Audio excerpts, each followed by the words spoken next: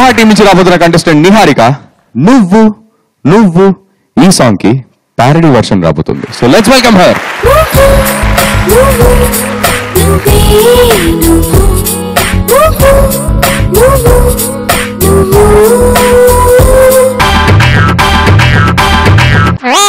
నువ్వు నువ్వు నువ్వే నువ్వు నువ్వు నువ్వు నువ్వు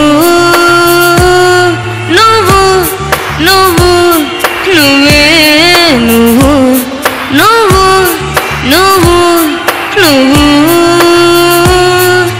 నా వెంటే నువ్వు నా తంట నువ్వు నా కోపం నువ్వు నా శాపం నువ్వు నా పాలిట పాపం నువ్వు నా తడపాటువి నువ్వు నా గుండె మంట నువ్వు ఒళ్ళంతా కొవ్వు నిద్రలో నువ్వు ముద్దలే నువ్వు కాలేసే నువ్వు ముద్దంటూ నువ్వు వద్దన్నా నువ్వు రక్కేసే నువ్వు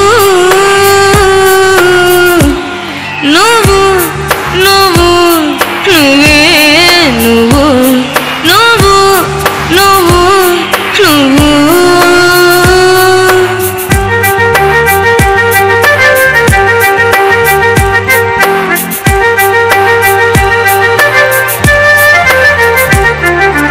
పరుగే నడకనిపించే పచ్చి నిజం నువ్వు నడుమే కొండనిపించే వింతరకం నువ్వు అడుగే పిడుగనిపించే పిక్కబలం నువ్వు పలుకే ఉరుమనిపించే పిచ్చి గుణం నువ్వు ఏనుగు తండ్రే నువ్వు ఆయిల్ ట్యాంకే నువ్వు డైనోసారే నువ్వు నువ్వు మెత్తని బండే నువ్వు అనకొండే నువ్వు భూమికి భారం నువ్వు నువ్వు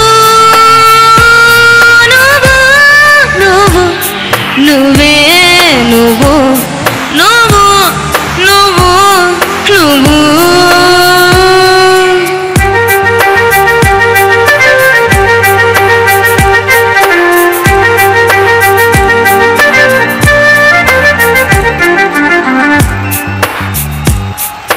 వెలుతురుని కమ్మేసే కాకివిలే నువ్వు రాత్రినే పొడి చేసే చీకటివే నువ్వు శనిదేవుడు వెతికించే రంగువిలే నువ్వు పోలికలో సరిలేని రేగడివే నువ్వు సిగ్గుకి సిగ్గే నువ్వు నల్ల బొగ్గే నువ్వు కొండ ముచ్చే నువ్వు నువ్వు కెన్యా గుడ్డే నువ్వు బ్లాక్ బోర్డే నువ్వు నల్లని నలుపే నువ్వు నువ్వు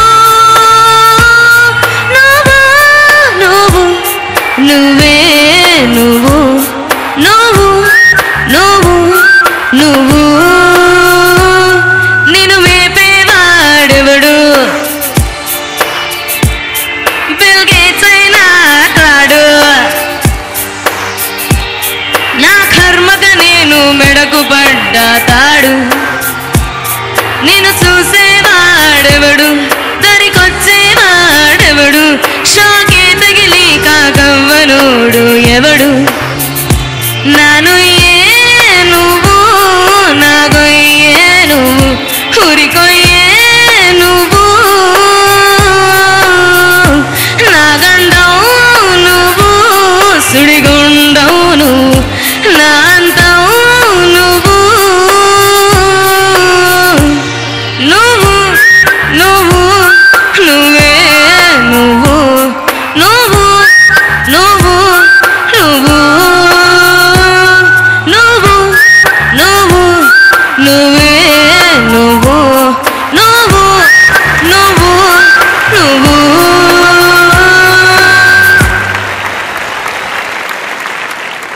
మనోజ్ ఈ సాంగ్ మీద మీ కమెంట్స్.